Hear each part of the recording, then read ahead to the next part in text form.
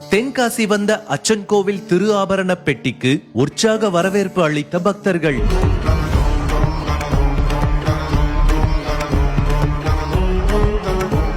சுவாமி ஐயப்பனின் அறுபடை வீடுகளில் ஒன்றான அச்சன் கோவில் ஸ்ரீ தர்மசாஸ்தா கோயிலில் ஆண்டுதோறும் மார்கழி மாதத்தில் மண்டல மகோத்சவ விழா வெகு விமர்சையாக நடைபெறுவது வழக்கம். இத்திருவிழாவை முன்னிட்டு சுவாமிக்கு அணிவிப்பதற்கான ஆபரணங்கள் கேரள மாநிலம் புனலூரிலிருந்து செங்கோட்டை தென்காசி வழியாக வழிநெடுக பக்தர்களின் வரவேற்புக்கு மத்தியில் அச்சன் கோவிலுக்கு கொண்டு செல்லப்பட்டது. முன்னதாக தென்காசி காசி விஸ்வநாதர் கோயில் முன்பு மேளதாளம் முழங்க திரு ஆபரண பெட்டிக்கு உற்சாக வரவேற்பு அளிக்கப்பட்டது. அப்போது திரளான பக்தர்கள் வரிசையில் நின்று தரிசனம் செய்தனர். பிறகு தென்காசி கோவிலிலிருந்து புறப்பட்டு கனகப்பிள்ளை வலசை பன்பொழி மேக்கரை வழியாக அச்சன் கோவில் சென்றடைந்தது.